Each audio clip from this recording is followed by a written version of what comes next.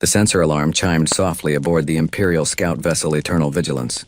Junior Sensor Officer Plixon straightened in his station, his three eyes focusing on the holographic display that materialized before him.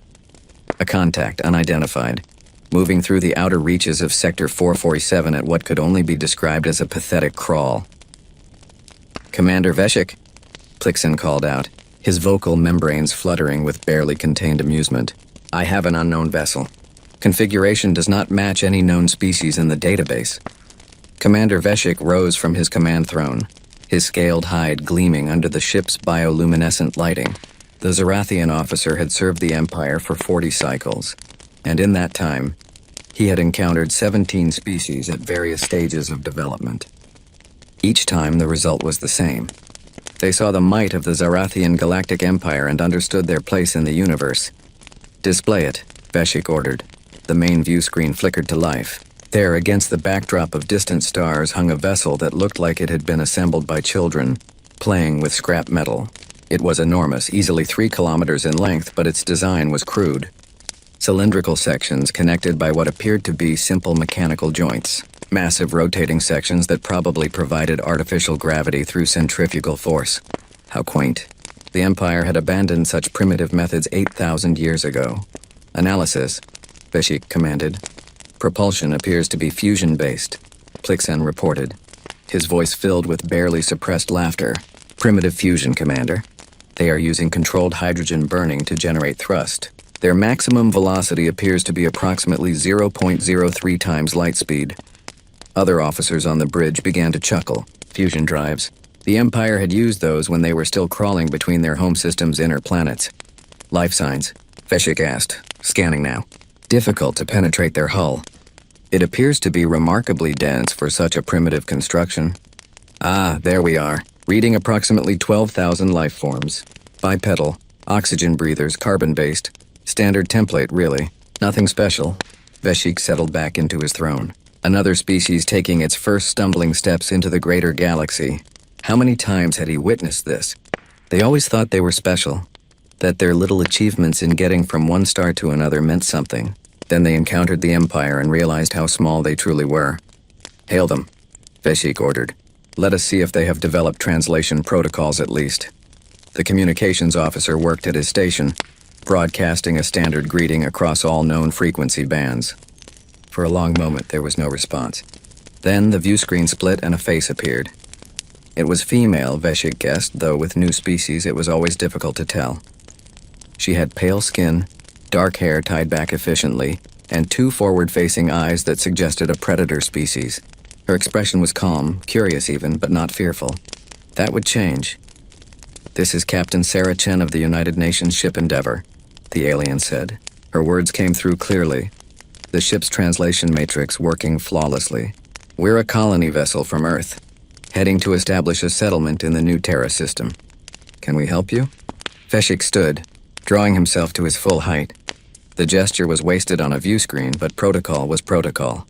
"I am Commander Veshik of the Zarathian Galactic Empire, commander of the Imperial scout vessel Eternal Vigilance. You have entered territory claimed by the Empire, which has maintained order in this region of space for 12,000 of your years." He watched for the reaction. Usually this was when the realization set in. When new species understood they were not alone in the universe and that they were very, very small in the grand scheme of things. Captain Chen nodded slowly. "We didn't detect any territorial markers or communication buoys. Our apologies if we've intruded. We'll be happy to adjust our course if needed. Professional, polite, not quite showing the appropriate level of awe yet, but that would come." "Your intrusion is forgiven," Veshik said magnanimously. "Tell me, Captain Chen, is this your species' first venture beyond your home system?" "Our first colony ship, yes," Chen replied.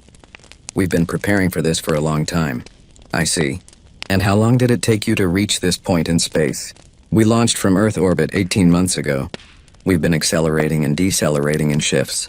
Should reach New Terra in another 6 months." Plixon couldn't contain his laughter this time. 2 years to cross a distance the Empire could traverse in 3 days. These humans were infants playing at being spacefarers. Veshik silenced his officer with a gesture, though he shared the sentiment. "Captain Chen, I feel it is my duty to inform you of certain realities. The galaxy is not an empty place waiting to be colonized. There are powers, ancient powers that have established order across vast regions of space. The Zarathian Empire is one such power. We're aware there might be other species out here, Chen said. We've hoped to make contact peacefully. It's one of the reasons we've been broadcasting our presence rather than trying to hide. A wise decision, though perhaps arrived at through ignorance rather than true wisdom, Veshik said. Captain, your species is in a precarious position. You are vulnerable. Your technology is primitive.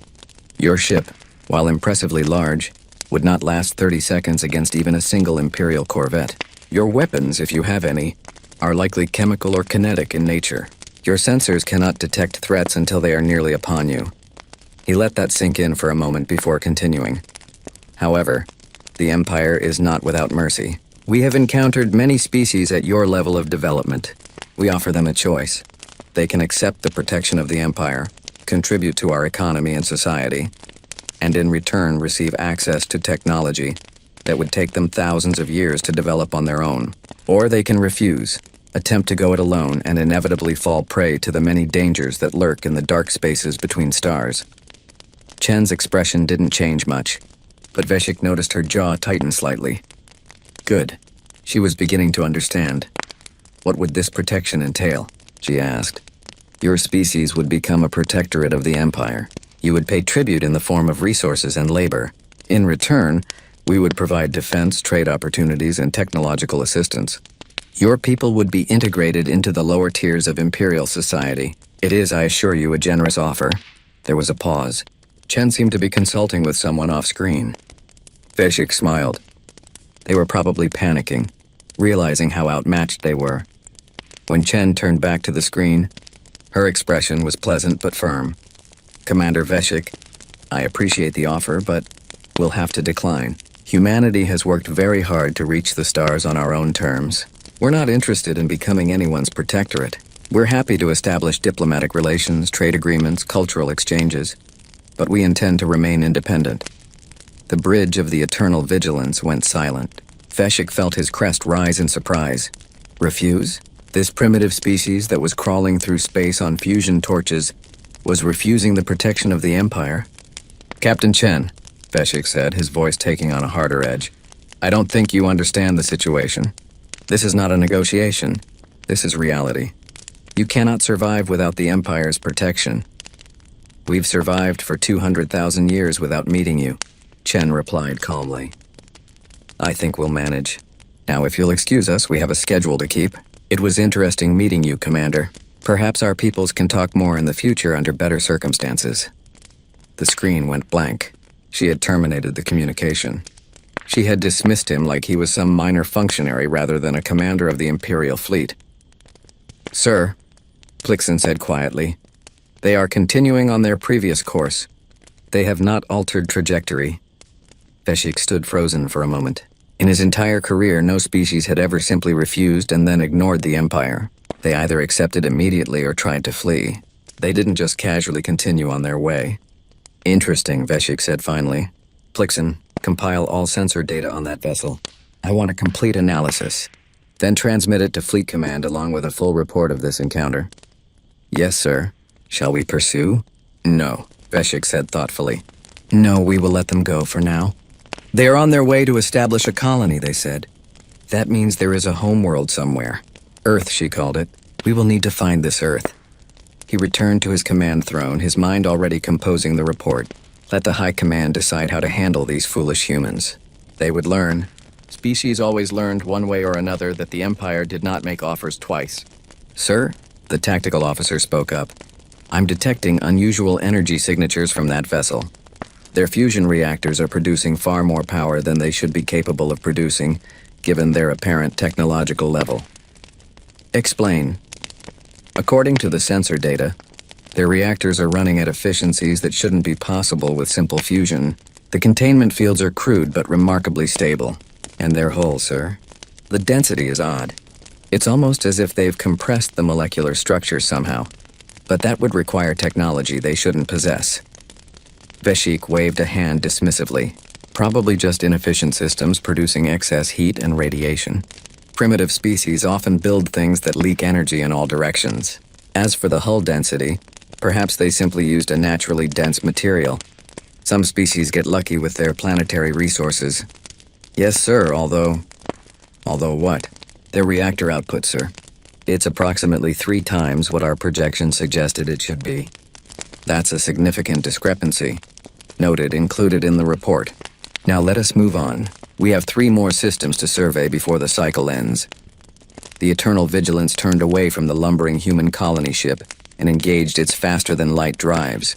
In an instant, it vanished, leaving the Endeavor alone in the black. Aboard the human vessel, Captain Sarah Chen stood in the command center surrounded by her senior staff. The mood was tense. That went better than expected, her first officer, Commander James Park, said dryly. Chen smiled slightly. They think we're primitives. That's fine. Let them think that. Should we warn Earth? Asked Lieutenant Foster from Communications. Already done. I sent a quantum entangled burst the moment they appeared on sensors. Earth Command knows we've made first contact and that it wasn't exactly friendly. They're going to come looking for Earth, Park said. You know that, right? I'm counting on it, Chen replied. By the time they find it, we'll be ready to show them that humanity didn't spend 400 years in the solar system, just building fusion drives. She turned to look at the viewport, where stars stretched past as the Endeavor continued its slow, steady journey.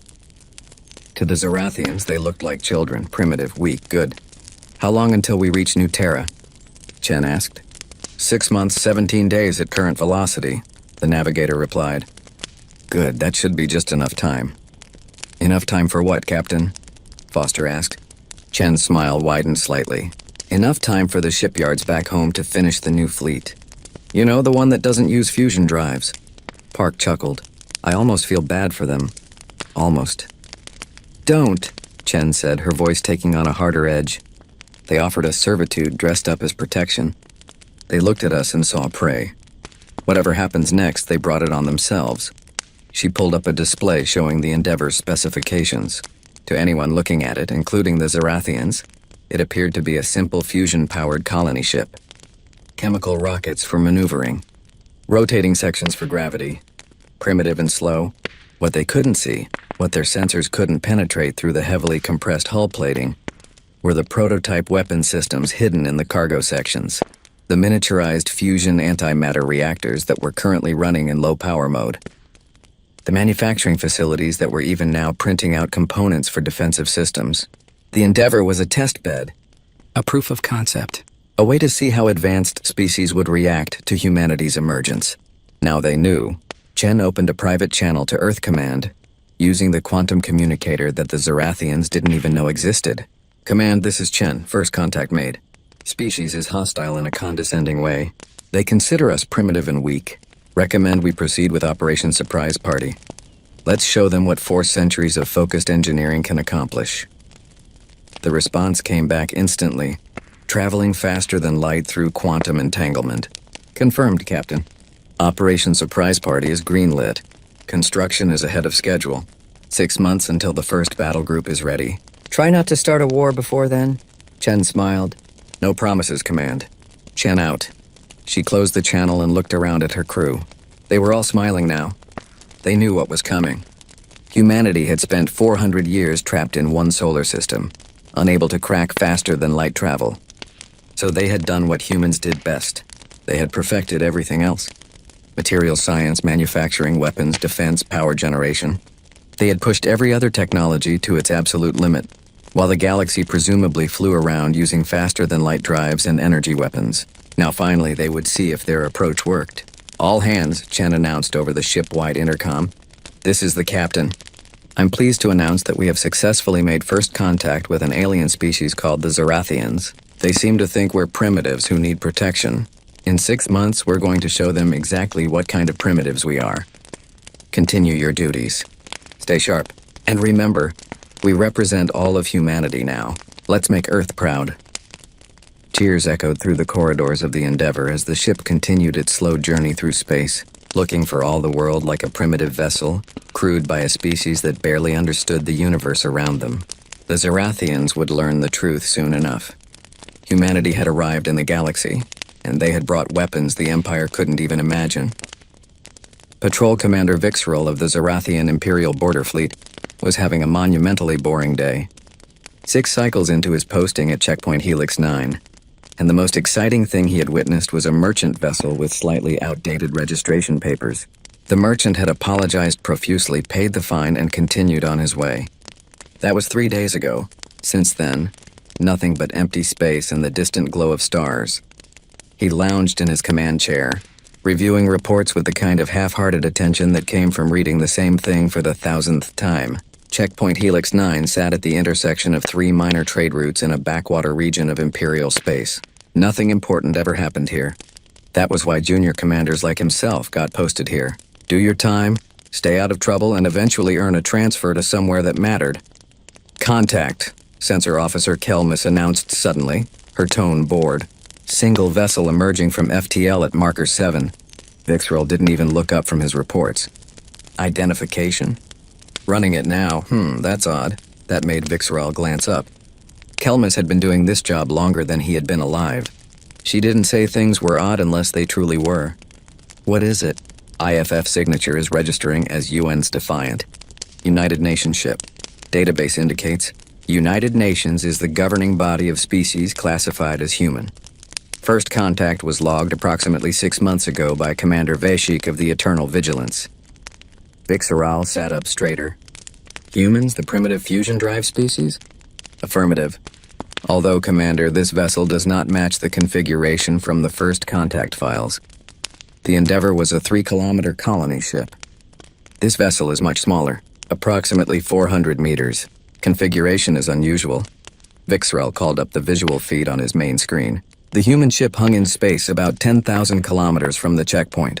It was sleek, he had to admit. Where the Endeavor had been all awkward angles and visible mechanical connections, this vessel was smooth, almost organic in its curves. No visible weapons ports, but then primitives often hid their crude kinetic launchers inside retractable housings. Hail them, Vixrel ordered. Let us see what these humans want. The communication channel opened almost instantly. A human face appeared on screen. Male, Vixrel guessed. Dark skin, short hair, and an expression of polite attention. This is Commander Marcus Webb of the UNS Defiant. Good afternoon, Checkpoint Helix 9. We're requesting clearance to transit through Zarathian space to reach Sector 451. We have no hostile intentions, and will comply with all traffic regulations. Vixrel studied the human. So polite, so respectful. Perhaps they had learned their place in the 6 months since first contact. Perhaps they had realized that refusing the Empire's protection was foolish. Commander Webb, I am Patrol Commander Vixrel. Before we can grant transit permission, your vessel must submit to a standard inspection. This is Imperial protocol for all unknown vessel configurations. You will power down your engines and allow a boarding team to examine your ship and cargo. Webb's expression didn't change, but Vixrel noticed a slight pause before he responded. Commander Vixrel, I appreciate the protocol, but we're not carrying any cargo. This is a warship on a patrol mission. We don't allow foreign boarding parties onto military vessels. I'm sure you understand. However, we're happy to transmit our ship specifications and mission parameters if that would help. Warship. The human had called this small vessel a warship. Vixrel felt amusement bubble up in his chest. This tiny ship, barely larger than an Imperial courier, was their idea of a military vessel, and they had the audacity to refuse inspection. Commander Webb, you seem to be under a misapprehension. This is not a negotiation. All vessels transiting Imperial space must submit to inspection. If you refuse, you will not be granted passage. If you attempt to proceed without authorization, you will be fired upon. These are the laws of the Empire. Another pause. Webb seemed to be consulting with someone off-screen. Commander Vixrel, we don't want any trouble. We're simply passing through. Can we perhaps arrange an alternative? Maybe an escort through your space? We'd be happy to have your ships accompany us. The alternative is to turn around and leave Imperial space, Vixrel said firmly. Or submit to inspection. Choose now, Webb sighed. I'm sorry, Commander, but we can't allow a boarding party. Our orders are very clear on that point. We're going to proceed on our course. We mean no disrespect, and we're not trying to cause an incident. We'll be through your space in approximately 6 hours at standard velocity. The human's image vanished from the screen. Vixrel stared at the blank display in disbelief. They had refused. Again. And then they had simply ended the conversation as if it were settled. Sir, His tactical officer spoke up. The human vessel is powering up its engines. They're beginning to move. Unbelievable, Vixral muttered. Tactical, deploy corvettes Alpha, Beta, and Gamma. Have them intercept and disable that vessel's engines. Use minimum force. I want that ship intact so we can tow it back here and teach these primitives a lesson about Imperial authority. Yes, sir. 3 Imperial corvettes detached from the checkpoint station. Their sleek forms accelerating rapidly. Each corvette was 80 meters of cutting-edge Imperial technology. Energy weapons that could vaporize asteroids. Shields that could withstand direct hits from nuclear weapons. Engines that could accelerate at rates that would turn unprotected organic matter into paste. Against a primitive human vessel with chemical rockets and kinetic weapons, it would be no contest. Vixral watched on the tactical display as his corvettes closed the distance. The human ship maintained its course, not even attempting evasive maneuvers. Foolish. Or perhaps they simply didn't realize what was about to happen. Corvette Alpha reporting, his communications officer relayed. They are in weapons range. Preparing to disable engine section with precision plasma bursts. Authorized. Fire when ready. The tactical display showed 3 bright lances of energy leap from the corvettes. Standard procedure. Precise shots aimed at the engine section to disable propulsion without destroying the vessel or killing the crew. The Empire was strict about unnecessary casualties. The energy beam struck the human ship and did absolutely nothing. Report. Vixral barked, sitting forward in his chair. Sir, the human vessel appears to be equipped with defensive screens. Our weapons fire was absorbed. Corvette Alpha reports no visible damage to the target. That's impossible. The report from the Eternal Vigilance made no mention of defensive screens. Increase power to maximum. Target the same section. Fire. 3 more lances of plasma, these ones significantly brighter, hammered into the human ship. Vixral could see the energy dispersion on his sensors. The shields were working, but barely. Primitive screens couldn't withstand Imperial weapons at full power. 1 more salvo should collapse them. Corvette Alpha is reporting a return power surge from the human vessel. The tactical officer said suddenly.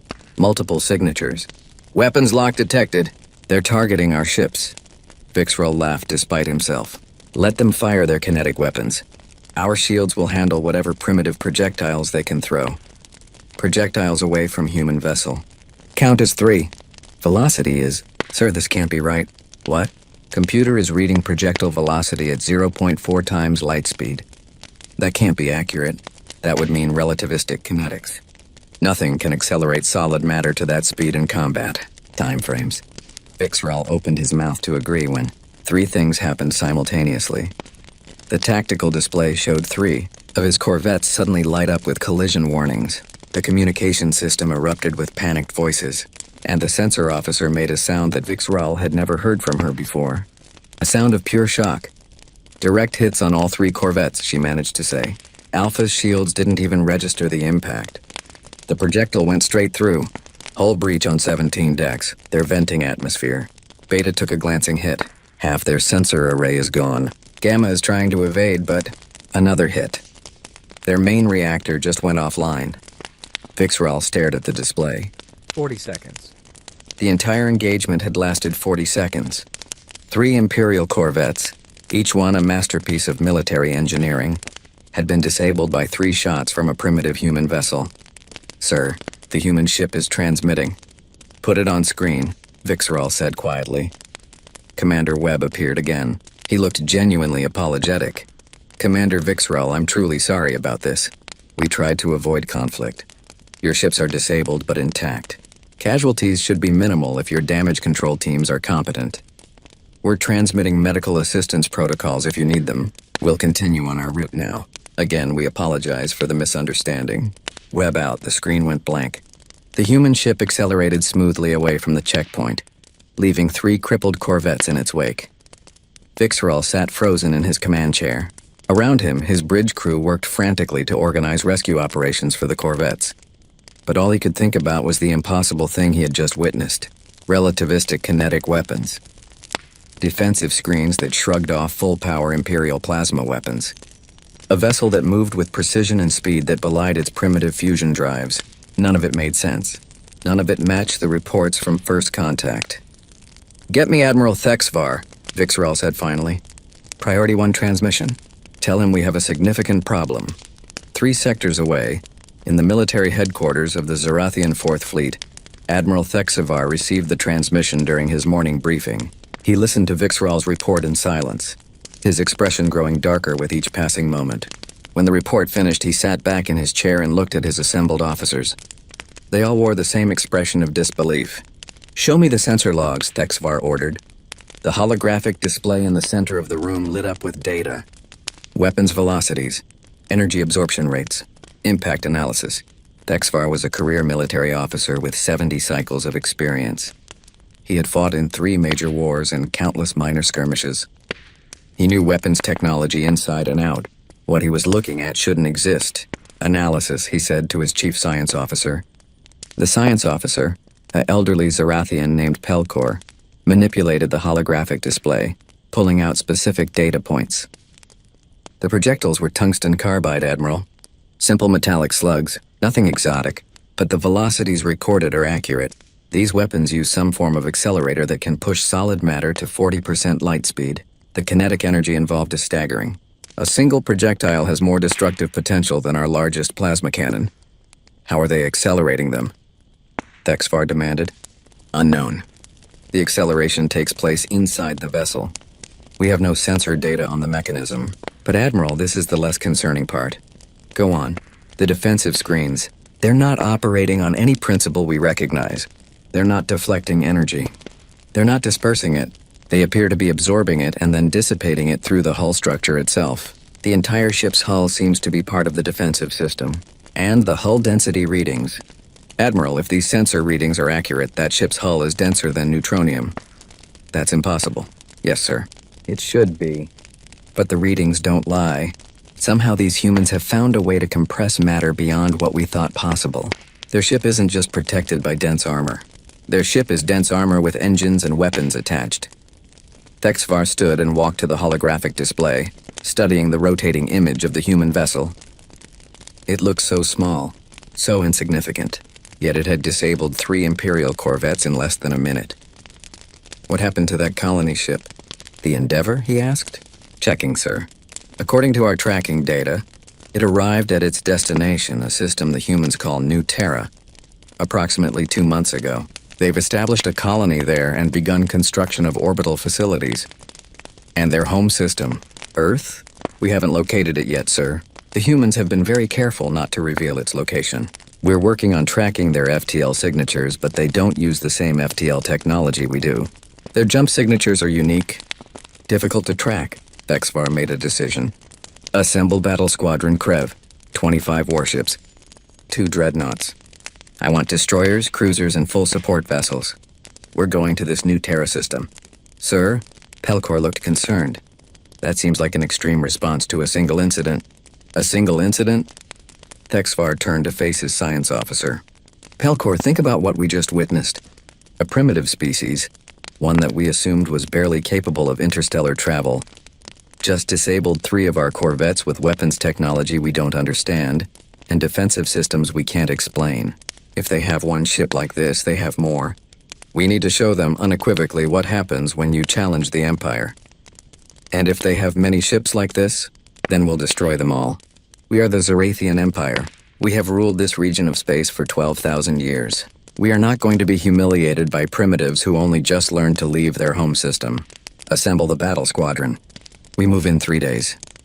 Pelkor bowed and left to carry out the orders. Thexavar remained standing in front of the holographic display, studying the image of the UNS Defiant. Humans. They had seemed so weak during first contact. So primitive. Commander Veshik's report had dismissed them as insignificant. But that was 6 months ago. What had changed in 6 months? Or had nothing changed at all? Had the humans been hiding their true capabilities from the start? Had that colony ship been a test to see how the Empire would react? Thexavar didn't know. But he was going to find out. And if these humans thought they could build a few impressive warships and challenge Imperial authority, they were about to learn a very painful lesson. The Empire had not maintained order for 12,000 years by accepting challenges to its authority. Species that refused to submit learned what happened to those who defied the established order. Thexavar began composing his formal report to the Imperial High Command. They needed to know what was happening. But more importantly, he needed authorization to do whatever was necessary to bring these humans to heal. One way or another, humanity was about to learn its place in the galaxy. Battle Squadron Krev dropped out of faster-than-light travel at the edge of the new Terra system in a display of overwhelming force. 50 Imperial warships materialized in perfect formation. 2 dreadnoughts, each one 3 kilometers of devastating firepower, formed the center of the formation. Around them, cruisers and destroyers arranged themselves in a battlesphere that had been refined over 10,000 years of warfare. Support vessels hung back, ready to provide repairs and reinforcements. Admiral Thexral stood on the command deck of his flagship, the dreadnought Infinite Dominion, and allowed himself a moment of satisfaction. This was power. This was what happened when you challenged the Empire. You got to watch 50 of the most advanced warships in the galaxy arrive at your doorstep. Sensor sweep, he ordered. Conducting full system scan now, his sensor officer reported. Detecting the human colony on the 4th planet. Orbital structures present. Multiple fusion reactors on the surface and in orbit. Also detecting... Admiral, we have contacts. Multiple vessels. 12 signatures at marker positions around the system. Display them. The holographic tactical display materialized in front of Thexral. 12 human vessels, arranged in a loose formation between the Imperial Squadron and the inner system. Each one was similar in size to the ship that had disabled the corvettes at checkpoint Helix 9. 400 meters. Sleek design, and positioned with what looked like deliberate precision. 12 ships against 50. The humans were either incredibly brave or incredibly stupid. Analysis of those vessels? Thexral asked. His science officer Pelcor manipulated the sensor data. Configuration matches the UNS Defiant. Same unusual hull density readings. Same indications of high output power generation. Admiral, these appear to be dedicated warships, not converted civilian vessels. Weapons? Unable to determine. No visible weapon ports, but the same was true of the Defiant. Thexral studied the formation. 12 ships. Humans had built at least 12 warships in the 6 months since first contact. That was faster than he had anticipated. It suggested they had shipbuilding capabilities that exceeded what their technology level should allow. No matter. 12 ships could not stand against 50. Communications hail them. Let us make this very clear. The communications channel opened and a face appeared on the main screen. Thexral recognized her immediately from the reports. Captain Sarah Chen, the woman who had refused Imperial protection during first contact. Except she wasn't a captain anymore, apparently. The insignia on her uniform indicated admiral rank. Admiral Chen, Thexral said, putting emphasis on her rank that made it clear he found it pretentious. I am Admiral Thexral of the Zarathian Imperial Fleet.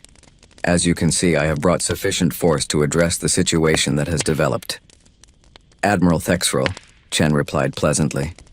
Welcome to New Terra. What situation would that be? Her calm tone irritated him. She should be panicking. She should be seeing those 50 warships and realizing how completely outmatched she was. The situation where your species has refused Imperial protection, attacked Imperial vessels, and generally demonstrated a complete lack of understanding regarding the established order of this region of space. This ends now. Chen's expression didn't change. Admiral, the incident at checkpoint Helix 9 was defensive in nature. Your ships attempted to board one of our vessels without permission. We disabled them without destroying them and offered medical assistance. Hardly an attack. You fired on Imperial vessels. That is an act of war. We defended ourselves from an attempt to violate our sovereignty. That's not an act of war. That's an act of self-defense. Thexral felt his crest rise in frustration. This human was being deliberately obtuse. Time to make things crystal clear. Admiral Chen, I am going to explain this once, and I suggest you listen very carefully. The Zarathian Empire has maintained order in this region for 12,000 of your years. We have done so through a combination of fair governance and overwhelming military force. When we offer protection to a species, it is not a suggestion.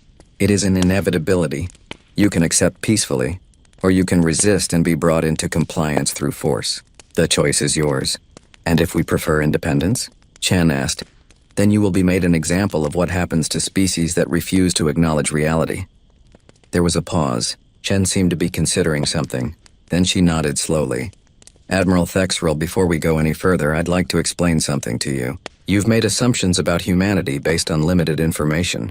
You see fusion drives and assume we're primitive. You see colony ships and assume we're weak. You see small numbers and assume we're insignificant. I'd like to correct those assumptions. There is nothing to explain, Thexrel said dismissively. You have 12 ships. I have 50. Your weapons, while admittedly impressive in their crude efficiency, cannot overcome such numerical superiority. Mathematics is not negotiable. You're absolutely right, Chen agreed. Mathematics isn't negotiable. So let me give you some numbers. 400 years ago, humanity developed fusion power. We tried for centuries to crack faster than light travel. We failed. We're still not very good at it, honestly. Our FTL drives are slow, inefficient, and unreliable compared to yours. Then you should have accepted our offer of technology, Thexrel said. Please let me finish. Because we couldn't solve FTL travel, we were stuck in our solar system. For 400 years, Admiral. An entire species trapped in one star system. Do you know what humans do when they're trapped? We work, we build. We solve every other problem we can find. She pulled up a display on her end that showed on Thexrel's screen. Chemical formulas, molecular structures, engineering diagrams. We perfected materials science. We learned to compress matter at the molecular level, creating alloys that are denser and stronger than anything nature produces naturally. We perfected fusion power to the point where our reactors produce 40 times the output of anything at our theoretical technology level. We developed antimatter production and storage to levels that would make your scientists weep with envy. We built manufacturing systems that can construct a warship from raw materials in 30 days. Thexrel waved a hand dismissively. Impressive boasting. But boasts do not win battles. No, Chen agreed. They don't. Let me tell you what wins battles, Admiral. Superior engineering. Humanity spent 4 centuries stuck in one system, so we made sure that when we finally did leave, we would never be at anyone's mercy. Our ships don't have shields like yours. We don't deflect energy weapons. Our hulls just absorb them. They're designed to. Every square centimeter of hull plating is compressed matter alloy that can withstand direct hits from nuclear weapons. Energy weapons? They just heat up the hull a little. And your weapons? Thexrel asked, despite himself growing curious about where this was going. Remarkably simple. Mass accelerators. We take tungsten carbide slugs and accelerate them to relativistic velocities, using a combination of electromagnetic fields and gravity manipulation. No complex energy matrices. No plasma containment. Just matter moving very, very fast. Each projectile hits with enough kinetic energy to crack a planet if we aimed it at the surface. Your shields are designed to deflect or absorb energy weapons. They're not designed for relativistic kinetic impacts. She leaned forward slightly, her expression becoming more serious. Here's the thing, Admiral. You see 12 ships and think you have overwhelming numerical superiority. But you're thinking in terms of traditional warfare. Energy weapons, shields, electronic warfare. We don't fight that way. We fight the way humans have always fought, with better tools used more efficiently. Enough talk, Thexrel said, his patience exhausted. You have one final chance. Power down your vessels and submit to Imperial authority, or I will destroy every ship you have and then bombard your colony until you surrender. Choose now, Chen sighed. I was hoping we could avoid this. Admiral, I'm going to strongly recommend that you withdraw from this system. You don't want to do this. Is that a threat? It's a warning. There's a difference. Thexrel had heard enough. All ships power weapons. Target the human vessels. Prepare to fire on my command. 50 Imperial warships activated their weapon systems simultaneously. The space around them lit up with energy signatures as plasma cannons, particle beams, and missile launchers came online. It was a display of power that had made hundreds of species submit over the millennia. Admiral Chen just looked sad. Fire, Thexrel commanded. 50 Imperial warships opened fire simultaneously. Hundreds of energy beams and missiles streaked across the space between the two fleets. It was enough firepower to vaporize an entire city, enough to crack the crust of a small moon. The 12 human ships just sat there and took it. The energy weapons splashed across their hulls like water against stone. The missiles detonated against their armor and accomplished nothing. Thexrel watched in disbelief as the barrage continued for a full minute, and at the end of it, not a single human ship showed damage. Cease fire, he said quietly. Pelcor analysis. His science officer was already working frantically at his station. Sir, Their hulls are absorbing the energy and distributing it throughout the ship's structure. The material composition is unlike anything in our database. The density is approximately 30 times normal neutronium. They're not using shields. They don't need shields. Their ships are essentially solid blocks of the densest matter we've ever encountered, with engines and weapons somehow integrated into the structure. That's impossible. Ships that dense couldn't maneuver. They'd be too massive. They're using some form of internal gravity manipulation. They're offsetting their own mass somehow. Sir, this is technology we don't have. We can't build ships like this. On the screen, Admiral Chen hadn't moved. She just waited patiently while 50 Imperial ships finished demonstrating their complete inability to harm her vessels. Your turn? She asked quietly. All ships evasive maneuvers. Thexrel shouted. Maximum thrust! The 12 human ships opened fire. Unlike the sustained barrage from the Imperial fleet, the human attack was brief. 12 ships, 3 projectiles each. 36 shots total. Each one a tungsten carbide slug accelerated to 40% of light speed. The Imperial ships scattered, their pilots desperately trying to evade. But you couldn't dodge something moving that fast. Thexrel watched on the tactical display as 36 bright contacts crossed the distance between fleets in less than 2 seconds. 3 cruisers simply ceased to exist. Direct hits to their main reactors at relativistic speeds. The kinetic energy was so enormous that the ships didn't explode so much as they vaporized. 5 more cruisers took glancing blows. Shields collapsed instantly. Hull plating tore away like paper. Internal explosions ripped through multiple decks. 2 destroyers had their engine sections completely severed from the main hull. They tumbled through space, venting atmosphere and debris. One of the dreadnoughts, the inevitable Victory, took a direct hit to its forward section. The entire front third of the ship, including the main bridge, was simply gone. The ship continued forward on momentum, now nothing more than a dead hulk in space. 8 ships.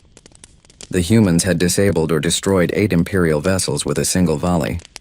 The engagement had lasted perhaps 8 seconds from the first shot to the last impact. Thexrel stood frozen on his bridge, staring at the tactical display. Around him, damage reports flooded in. Casualty numbers scrolled across screens. His mighty battle squadron, pride of the Imperial fleet, had just been bloodied in less time than it took to give a proper order. Admiral? Chen's voice came from the communication system. I'm truly sorry, but you were warned. Now I'm going to give you the same chance you gave us. Power down your weapons and withdraw from this system, or we'll be forced to continue defending ourselves. Thexrel wanted to refuse, wanted to order another attack, wanted to do anything except admit that he had been wrong, that these humans were not the primitives he had assumed. But he was also a practical military officer who understood mathematics. He had started with 50 ships. Now he had 42 functional vessels. The humans had 12 ships and had taken 0 damage. If this fight continued, he would lose. Simple mathematics, as he had said earlier. All ships, he said quietly. Power down weapons. Begin rescue operations for damaged vessels. Prepare for system evacuation. He looked at Admiral Chen on the screen. Her expression was sympathetic but firm. For what it's worth, Admiral, we don't want to be your enemies. We just want to be left alone to build our civilization on our own terms. Is that really so unreasonable? Thexrel didn't answer. He simply terminated the communication and turned to his remaining officers. Begin immediate withdrawal. Get every survivor we can off those damaged ships. As soon as rescue operations are complete, we jump out of this system. And someone get me a direct channel to Imperial High Command. They need to know what we're facing. As his fleet began the humiliating process of retreating from a battle against a numerically inferior force, Thexrel replayed the engagement in his mind. 8 seconds. That's how long it had taken for his assumptions about humanity to be completely shattered. These were not primitives stumbling into a galaxy they didn't understand. These were warriors who had spent 4 centuries preparing for exactly this moment. They had built ships that couldn't be destroyed by conventional weapons. They had built weapons that could destroy anything. The question now was not whether humanity could challenge the Empire. The question was whether the Empire could survive an actual war with humanity. Because if those 12 ships were just the beginning, if the humans could build ships like this in the quantities that the Empire could build standard vessels, then the Zarathian Empire had a much bigger problem than it realized. Thexrel sat down heavily in his command chair, and began composing his report. The High Command was not going to like what he had to tell them, but they needed to know the truth. Humanity had arrived in the galaxy, and they had brought weapons that made the Empire's 12,000-year military advantage obsolete. The galaxy was about to change whether the Empire liked it or not. The Imperial Palace on Zarath Prime had stood for 8,000 years. Its crystalline spires reached toward the sky, each one a monument to the Empire's enduring power. Inside the Grand Council chamber, Empress Califara the Eternal sat upon the throne of ages, her iridescent scales catching the light from the massive windows that overlooked the capital city. She was old, even by Zarathian standards, 240 cycles. She had ruled for 170 of those cycles, guiding the Empire through periods of expansion, consolidation, and peace. She had seen wars come and go. She had watched species rise to prominence and fade into obscurity. But she had never seen her military commanders look as worried as they did right now. Admiral Thexeral stood before the throne, his bearing stiff and formal despite the clear discomfort in his eyes. Around him, the other members of the War Council sat in their designated positions. Fleet Admiral Kesavara, commander of the Empire's First Fleet. General Nexthal, head of ground forces. Science Director Pelkor, looking smaller and older than usual. And Intelligence Director Vixisha, her three eyes focused intently on the holographic display that showed the battle at New Terra. "Play it again," the Empress said quietly. For the 5th time, the Council watched the engagement, 50 Imperial warships firing everything they had at 12 human vessels, the energy weapons splashing uselessly against impossible armor. Then the human response. 36 shots, 8 ships destroyed or disabled, 8 seconds of combat that changed everything. When it finished, silence filled the chamber. "Explanations," Califara said. "Simple ones. How did a species we encountered 6 months ago build ships that our weapons cannot harm?" Science Director Pelkor rose from his seat, manipulating the holographic display to show detailed scans of human vessels. "Majesty, we made incorrect assumptions based on incomplete data. When we first encountered the humans, we observed their colony ship using fusion drives. We assumed this meant they were at a primitive stage of development. This was wrong. Obviously," the Empress said dryly. "Continue." "The humans have a different technological development path than any species we've encountered. Most species develop faster than light travel relatively early, and then expand outward, developing other technologies as needed. The humans could not solve FTL travel. They were trapped in their home system for 4 centuries while they possessed fusion power and the beginnings of antimatter. Manipulation, Pelkor, changed the display to show complex molecular structures, so they focused on everything else. Material science, manufacturing, power generation, weapon systems. They pushed every other technological avenue to its absolute limit. The result is ships that operate on principles we understand theoretically, but have never successfully implemented practically. "Explain these principles," Califara ordered. "Their hulls use compressed matter technology. They have found a way to alter the molecular bonding structure of metals and alloys at a fundamental level, creating materials that are approximately 30 times denser than neutronium, while somehow maintaining structural integrity. We have theorized about such materials for centuries, but never successfully created them in useful quantities. The humans are building entire warships from it." Fleet Admiral Kesavara leaned forward.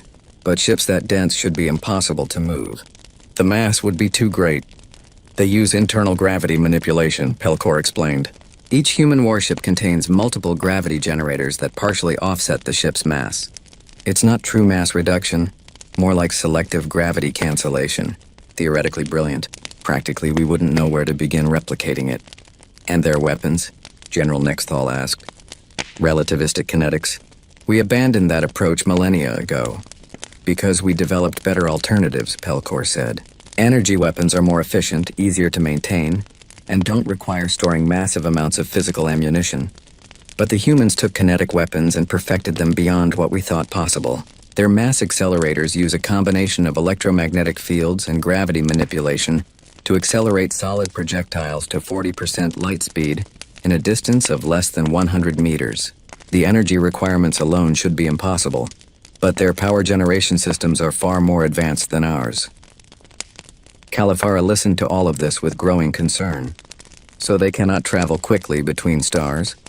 but they have perfected every other aspect of space warfare to a degree that makes them superior to us in direct combat? In certain aspects, yes, Majesty, Pellicor admitted. Their ships are slower at FTL speeds. Their sensors are less sophisticated. Their computer systems are more primitive. But in terms of raw combat capability, their vessels are superior to ours in almost every measurable way. How many ships do they have? The Empress asked. Intelligence Director Vixishaw stood, her expression grim. That is the question that concerns me most, Majesty. We have confirmed sightings of at least 150 human warships, possibly more. Our intelligence assets have reported massive orbital shipyards around their home system, which we still have not located, and around New Terra. They are producing warships at a rate that should not be possible. 150 ships, Califara repeated. And they built these in 6 months? We believe they began construction earlier. The colony ship Endeavor was likely a test to gauge our reaction. They were already building a fleet before first contact occurred. But yes, Majesty, their construction rate is approximately 1 warship every 36 hours, possibly faster. The council chamber fell silent again as everyone absorbed that information. The Empire could build ships faster than that, but not warships of such capability. The humans were somehow mass-producing vessels that were individually superior to anything the Empire fielded. If we went to war, Califara said slowly, if we committed to total war against humanity with no restrictions, what would be the outcome? Fleet Admiral Kesavara stood. Majesty, I have run simulations based on the available data. To guarantee victory against an enemy with 150 vessels of this capability, we would need to commit approximately 60% of the Imperial fleet. That's 3,000 warships. The casualties would be catastrophic. We estimate losing 40 to 50% of that force. Perhaps 1,500 ships destroyed, millions of casualties. And if we waited? The Empress asked. If we gave them time to build more ships? Then the odds shift further in their favor.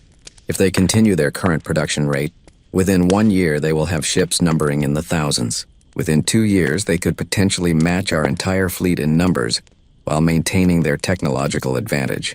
At that point, Majesty, a war would be unwinnable.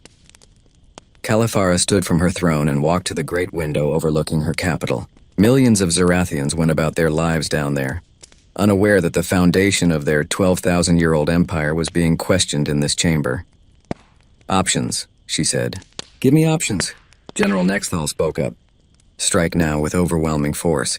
Yes, we will take heavy casualties, but we can still win if we commit fully. Delay only makes them stronger. That assumes we can find their homeworld, Vixisha pointed out. We still don't know where Earth is. They've been very careful to avoid revealing its location. We could strike at New Terra and any other colonies we find. But if we cannot locate their industrial base, we cannot win a war of production. What about biological or chemical weapons? Another council member suggested. We have never used such weapons against species capable of retaliation. But if the situation is dire enough, no, Califara said firmly. We are not barbarians. We do not commit genocide, no matter how convenient it might be. The Empire's strength has always been in our principles as much as our military might. I will not throw away 12,000 years of civilization, because we encountered a species that proved better at building warships than we are. She turned back to face the council. What do we know about human intentions? Are they expansionist? Do they seek to conquer us? Admiral Thexerl, who had remained quiet throughout most of the discussion, finally spoke. Majesty, in my interactions with Admiral Chen, she made it clear that humanity desires independence, not conquest. They want to build their own civilization without interference. They attacked only when we attempted to force them to submit. They also showed restraint, Vixisha added. At Checkpoint Helix 9, they disabled our corvettes but did not destroy them. At New Terra, they could have annihilated Admiral Thexerl's entire force but instead only destroyed enough ships to prove their point. A truly aggressive species would have pressed their advantage. Pellicor nodded. Their behavior is consistent with a defensive posture, not an offensive one. They appear to be following a doctrine of deterrence rather than conquest. Califara considered this. So we have a species that does not want war but is fully prepared for it. A species that will defend itself with overwhelming force if threatened, but shows restraint when possible. Is that an accurate assessment? Yes, Majesty, Thexerl confirmed. Then perhaps, Califara said slowly, we should consider an alternative approach. What if instead of viewing humanity as a threat to be eliminated, we viewed them as a potential partner? The War Council looked at each other in surprise. Fleet Admiral Kesavara was the first to speak. Majesty, they refuse to become a protectorate. They have made it clear they will not submit to Imperial authority. I did not suggest making them submit, Kalifara said. I suggested partnership. True partnership. Not vassalage disguised as protection. We have something they need, our FTL technology, and they have something we need, their materials, science, and manufacturing techniques. What if we negotiated a genuine treaty between equals? The Empire has never recognized another species as equal, General Nexthal said carefully. Then perhaps it is time we did, Kalifara replied. Think about what Director Pelcor has told us. The humans have achieved things we thought impossible. If we could combine their engineering capabilities with our scientific knowledge and faster-than-light travel, both our civilizations would benefit enormously. More importantly, it would secure peace without the catastrophic casualties of a war we are not certain we would win. She looked around the chamber at her advisors. The Empire has endured for 12,000 years because we have been pragmatic as well as powerful. We have adapted to changing circumstances. We have incorporated useful technologies from other species. We have recognized when to fight and when to negotiate. This is one of those moments. The other council members will resist, Vixishaw warned. Many will see negotiation as weakness. They will demand we crush this upstart species before they become too powerful to contain. Then we will deal with their objections, Kalifara said firmly. But I am Empress and I have made my decision. We will pursue diplomatic contact with humanity. We will offer a genuine treaty of mutual benefit and mutual respect. And if they refuse or if this proves to be a mistake, we can always resort to military options later. But I will not commit millions of Imperial citizens to a war that might be unnecessary, simply because our pride was wounded. She returned to her throne and sat down. Admiral Thexerol, you have had the most contact with human leadership. I am assigning you as head of our diplomatic mission. You will travel to New Terra and establish formal negotiations with this Admiral Chen. You will offer a treaty of equals, technology exchange, mutual defense, and formal recognition of human sovereignty. Make it clear that we are not offering them servitude but genuine partnership. Thexerol bowed deeply. Yes, Majesty. Though I should note that I threatened to destroy them less than a week ago. I may not be the ideal choice for diplomacy. You are exactly the right choice, Kalifara said. You have seen what they can do. You understand the stakes, and you have shown wisdom in reporting accurately, rather than trying to hide the defeat.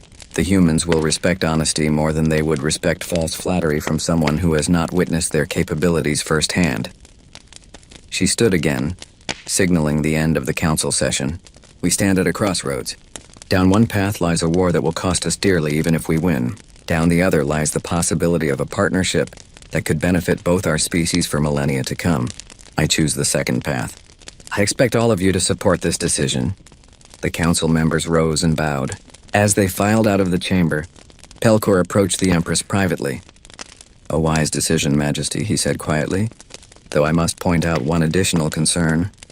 If we share our FTL technology with the humans and they apply their engineering philosophy to it, they will build FTL drives that are faster and more efficient than ours. Kalifara finished. Yes, I am aware of that risk. But consider the alternative. If we fight them and lose, they will eventually reverse engineer our FTL technology anyway, and we will have gained nothing but casualties and enemies. If we partner with them willingly, at least we will have allies and access to their capabilities in return. And if the partnership fails, then we will have tried. The Empire was built by those brave enough to take calculated risks. This is such a risk.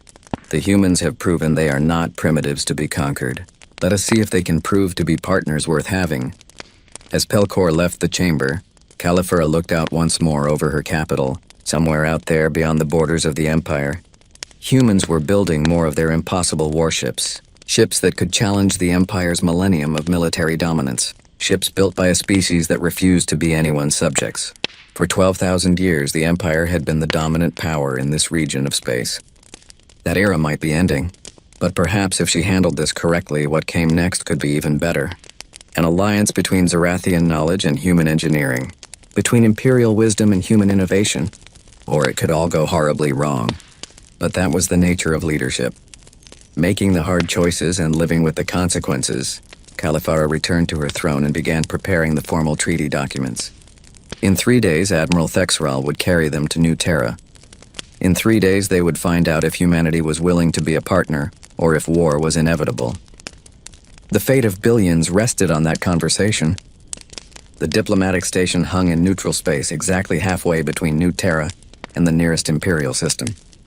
It was a simple structure, built by human engineering teams in less than a week. Modular construction, dense hull plating, artificial gravity generators, everything designed for function rather than beauty. Ambassador Kelthor of the Zarathian Empire stepped off his shuttle and onto the station's docking platform. He was older than most diplomats, his scales showing the pale coloring that came with advanced age. He had served the Empire for 90 cycles, negotiating treaties with dozens of species. He had seen proud warrior cultures brought low.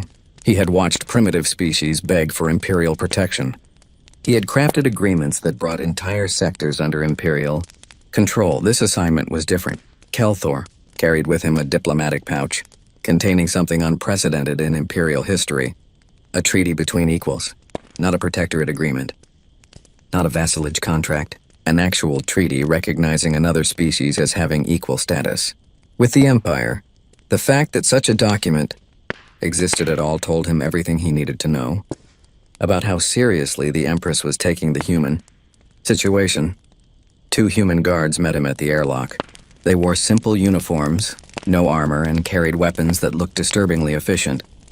Kelthor had read the intelligence reports. Those weapons fired miniaturized versions of the relativistic projectiles their warships used. A single shot could punch through Imperial body armor as if it weren't there. Ambassador Kelthor, one of the guards said politely, "Welcome to Diplomatic Station Hope. Admiral Chen is waiting for you in the conference chamber. If you'll follow us, please." The interior of the station was functional but not uncomfortable. Humans clearly preferred efficiency over aesthetics, but they understood the basics of diplomatic courtesy. The conference chamber was well lit, with seating arranged in a circular pattern rather than the traditional adversarial table setup. A gesture meant to emphasize equality rather than negotiation from positions of power. Admiral Sarah Chen stood as Kelthor entered. She wore her uniform but no weapons. Around her sat several other humans, some military, some clearly civilian advisors. Kelthor had brought a smaller delegation, just himself and his senior aide. The Empress had been clear. This was not a negotiation where overwhelming the other side with numbers would help. "Ambassador Kelthor," Chen said, extending her hand in the human gesture of greeting. Kelthor had studied human customs during the 3-day journey. He took her hand and shook it gently. Her grip was firm but not aggressive. "Thank you for coming. Please sit." They all took their seats. For a moment, there was an awkward silence. Kelthor was used to species being intimidated by Imperial diplomats. The humans just looked curious and slightly wary. "I should begin," Kelthor said carefully, "by acknowledging that our previous interactions have not been ideal. The Empire approached humanity with assumptions that proved incorrect. For that, I offer the Empress's apologies." Chen's eyebrows rose slightly. "That's appreciated. Not what I expected to hear, honestly. The Empress has reviewed all available information and concluded that the Empire made errors in judgment. We assumed that technological development in one area predicted development in all areas. We were wrong. We also assumed that because your species was small in numbers, you were insignificant. We were wrong about that as well." Kelthor pulled the diplomatic pouch from his case and placed it on the table between them. "The Empress has sent me with a proposal. But before I present it, I have a question I must ask. What does humanity want? Not just independence, though I understand that is important to you. What are your goals? Your long-term intentions?" Chen glanced at her advisors, then back at Kelthor. "That's a fair question. Humanity's goals are relatively simple. We want to expand. Not through conquest, but through colonization of uninhabited systems. We want to build a civilization that reflects our values: freedom, innovation, and cooperation. We want to make contact with other species and establish peaceful relations. And yes, we want to do all of this on our own terms, not as subjects of an empire we had no say in joining." "And if the Empire were to recognize those goals?" Kelthor asked. "If we were to offer genuine partnership rather than vassalage." "We'd be interested," Chen said carefully. "But we'd need to understand what you mean by partnership." The last time your people offered us something, it came with strings that made it unacceptable. Kelthor nodded and opened the diplomatic pouch. Inside were data crystals containing the treaty documents, but also something else. A personal message crystal from Empress Califara herself. He activated it, and a holographic image of the Empress appeared above the table. Admiral Chen and representatives of humanity, the Empress's recorded voice said, "I am Califara, Empress of the Zarathian Empire. I send this message to acknowledge a simple truth. We underestimated you. We looked at your ships and saw primitives. We looked at your numbers and saw weakness. We were wrong on all counts." The humans watched the hologram with interest. Chen's expression was carefully neutral. "You have proven," the Empress continued, "that there are multiple paths to power, and that the path the Empire chose is not the only valid one. You have shown restraint when you could have pressed your advantage. You have defended yourselves without seeking to destroy us. These are the actions of a mature civilization, not the primitives we assumed you to be. Therefore, I extend an offer unprecedented in Imperial history. An alliance of equals, a true partnership between the Zarathian Empire and humanity." The hologram flickered and changed, showing technical diagrams and proposals. "We offer full access to Imperial faster-than-light technology, our sensor networks, our scientific databases. In return, we ask for access to your material science, manufacturing techniques, and power generation systems. We propose mutual defense agreements, joint research programs, and coordinated colonization efforts to avoid territorial conflicts. Most importantly, we offer recognition of human sovereignty. You will not be subjects. You will be partners." The hologram returned to showing the Empress, "I understand that you have no reason to trust us. We came to you with demands, and you met those demands with justified force. But I am asking you to look past those initial failures and see the possibility of what our civilizations could accomplish together. The galaxy is vast, Admiral Chen. There are threats out there that neither of us has yet encountered. There are wonders to discover and challenges to overcome. We could face them as adversaries, wasting resources fighting each other, or we could face them as allies, combining our strengths to the benefit of both our peoples." The message ended and the hologram vanished. Kelthor watched the humans' reactions carefully. They were conferring quietly among themselves. Chen seemed to be listening to her advisors before making any response. Finally, she turned back to Kelthor. "That's a generous offer. Suspiciously generous, some would say.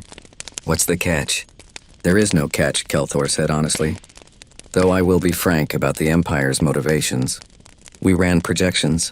A full-scale war with humanity would cost us dearly even if we won. Your production capabilities are extraordinary. You are currently building approximately 1 warship every day and a half. Within a year, you could field a fleet that rivals ours in size while maintaining your technological advantages. The Empire could win such a war, but the cost would be catastrophic." "So this is motivated by fear," one of Chen's advisors said. "A civilian," Kelthor noted. "Motivated by pragmatism," Kelthor corrected. "The Empress could have ordered an immediate total war. She chose not to, not because the Empire is weak, but because she is wise enough to recognize when cooperation benefits everyone more than conflict.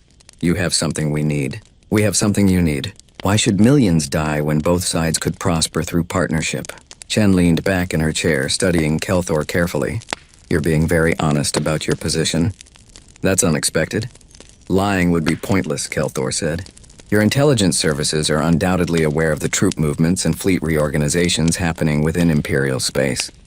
You know we were preparing for potential war. You also know we have now halted those preparations pending the outcome of these negotiations. Honesty seems the best approach when the other side already knows most of the truth anyway."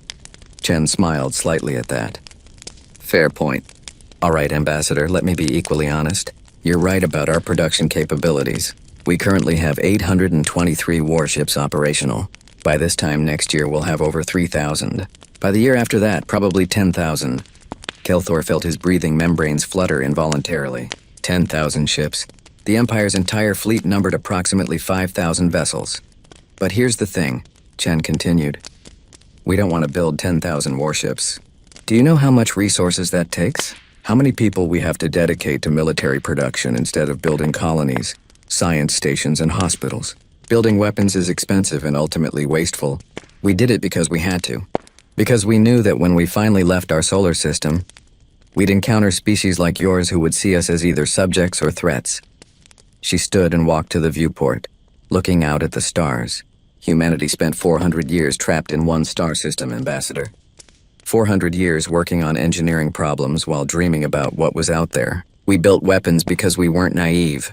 We knew the galaxy probably wasn't friendly. But weapons aren't what we want to build. We want to build homes. We want to explore. We want to learn. We want to meet other species and share knowledge and culture. She turned back to face Kelthor. So yes, we're interested in your offer. But we need guarantees, real ones. Not just pretty words in a treaty that you'll ignore when it's convenient. What guarantees do you require? Kelthor asked.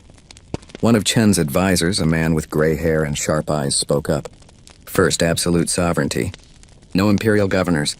No imperial oversight. No imperial laws applied to human space.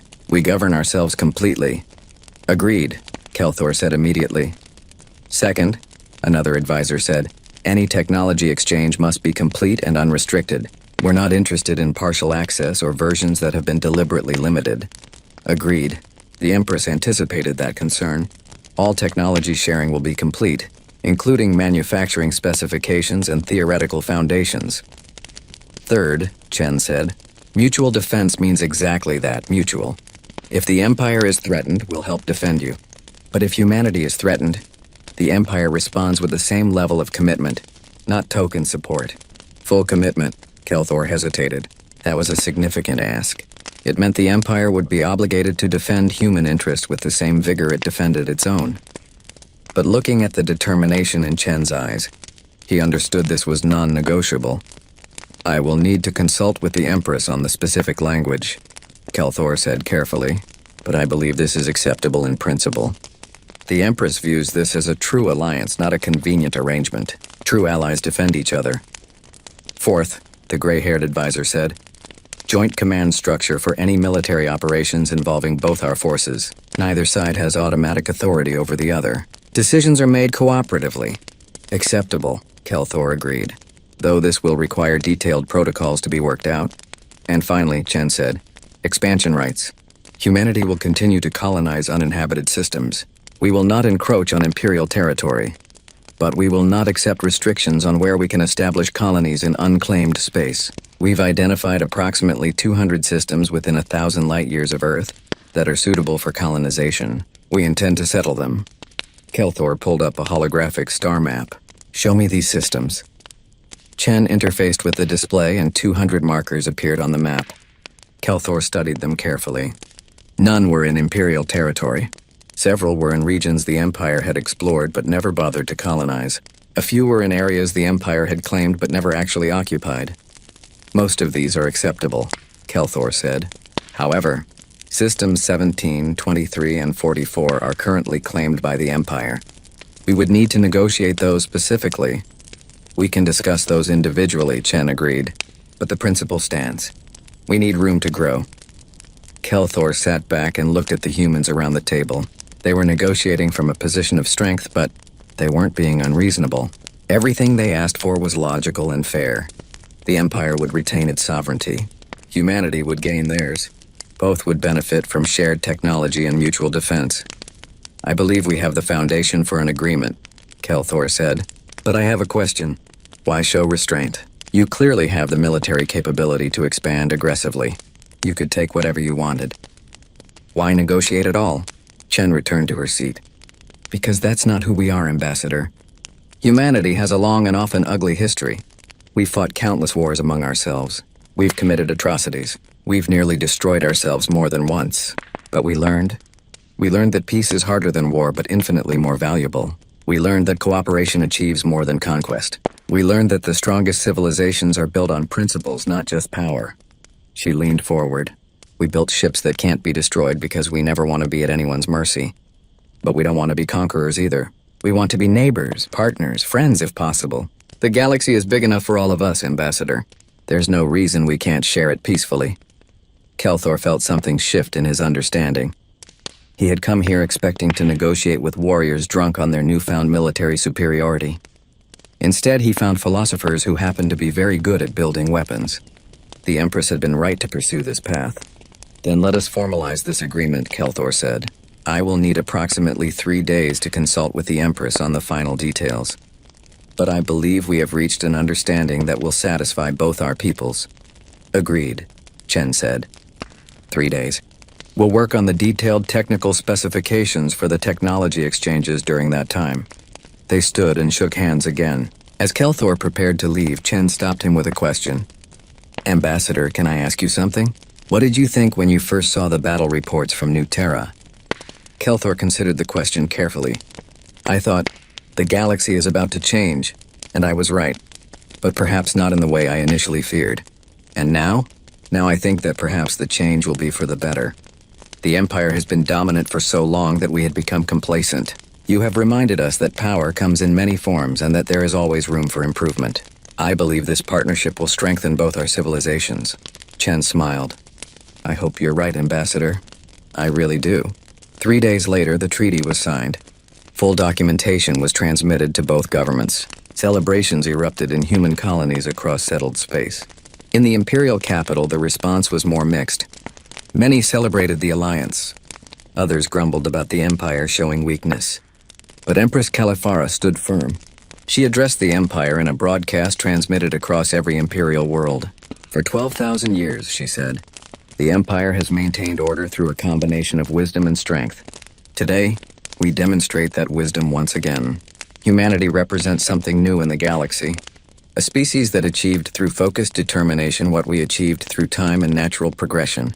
They are not our subjects. They are our partners. And together, we will face whatever challenges the galaxy presents. 6 months after the treaty was signed, the first joint Imperial Human Research Station opened near the border between their territories. Zarathian scientists worked alongside human engineers, combining theoretical knowledge with practical application. The breakthroughs came faster than anyone anticipated. Human FTL drives, built using Imperial principles but human engineering, proved to be 30% faster than standard Imperial drives.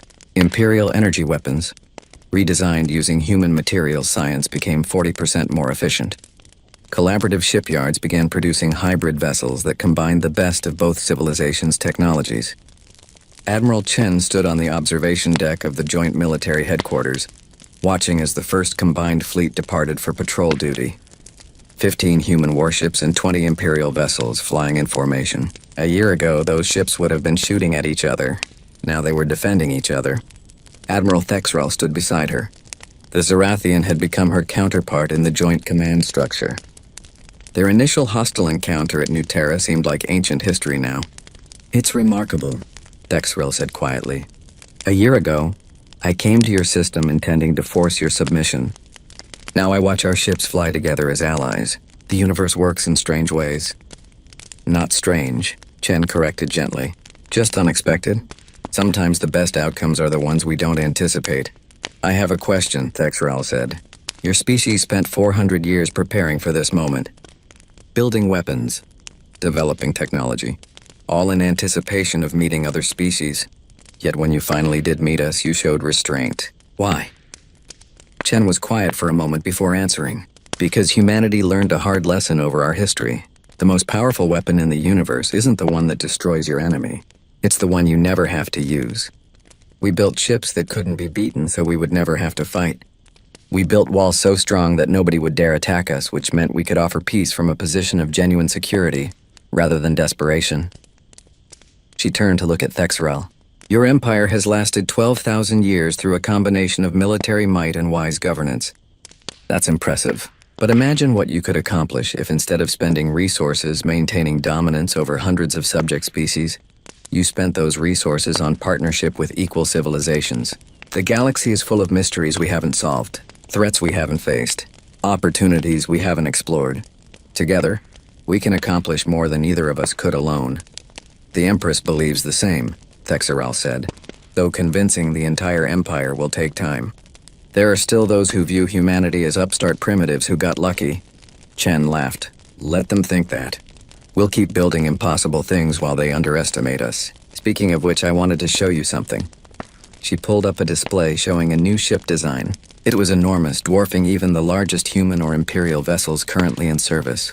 The design combined human hull density with Imperial shield technology, human weapons with Imperial sensors, human power generation with Imperial faster-than-light drives. The Empress and Earth's president have approved a joint project. The first true hybrid warship. We're calling it the Treaty Class. This is the UN's INS Harmony, named to represent our alliance. Construction begins next month. Humans and Zarathians working side by side to build something neither of us could build alone. Thexeral studied the design with a military officer's eye for detail. It's magnificent. And terrifying. This vessel would be able to defeat either of our previous generation ships with ease. That's the point, Chen said. Because there are things out there in the galaxy that neither of us has encountered yet. The scans from the deep survey teams have picked up anomalies. Energy signatures that don't match any known technology.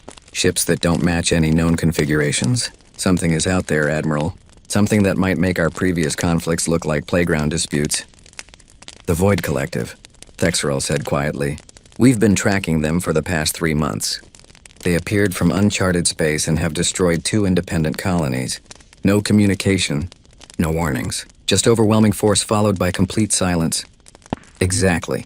That's why we need ships like the Harmony. That's why this alliance matters. Because whatever the Void Collective is, it's not going to care about our past conflicts or our political differences. It's going to be a threat to all of us. They stood together in silence, watching the combined fleet disappear into faster-than-light travel. 2 species that had nearly gone to war were now preparing to face unknown threats together. Empress Califara had been right. The galaxy was changing. But the change wasn't the end of the Empire. It was the beginning of something new. An alliance built not on dominance, but on mutual respect and shared purpose. Admiral Chen smiled as she watched the stars. Humanity had spent 400 years preparing to meet the galaxy. They had built weapons that couldn't be beaten so they would never have to use them. They had built walls so strong that they could offer friendship without fear. And now, finally, they had found partners worthy of that friendship. The future was uncertain. The Void Collective represented threats they didn't yet understand. There would be challenges ahead, conflicts to resolve, and obstacles to overcome. But humanity and the Empire would face them together, combining human determination with Imperial wisdom, human innovation with Imperial knowledge. The galaxy would never be the same. And that, Admiral Chen thought, was exactly how it should be. In the darkness between stars, something watched. The Void Collective observed the new alliance between humanity and the Empire with ancient intelligence. These young species thought they were strong. They thought their combined forces would protect them. They would learn. In time, they would all learn. But that was a story for another day. For now, humanity and the Empire celebrated their new partnership, unaware of the storms gathering in the deep dark. Unaware that their greatest challenges were yet to come. But when those challenges arrived, they would face them together, and perhaps, just perhaps, that would be enough.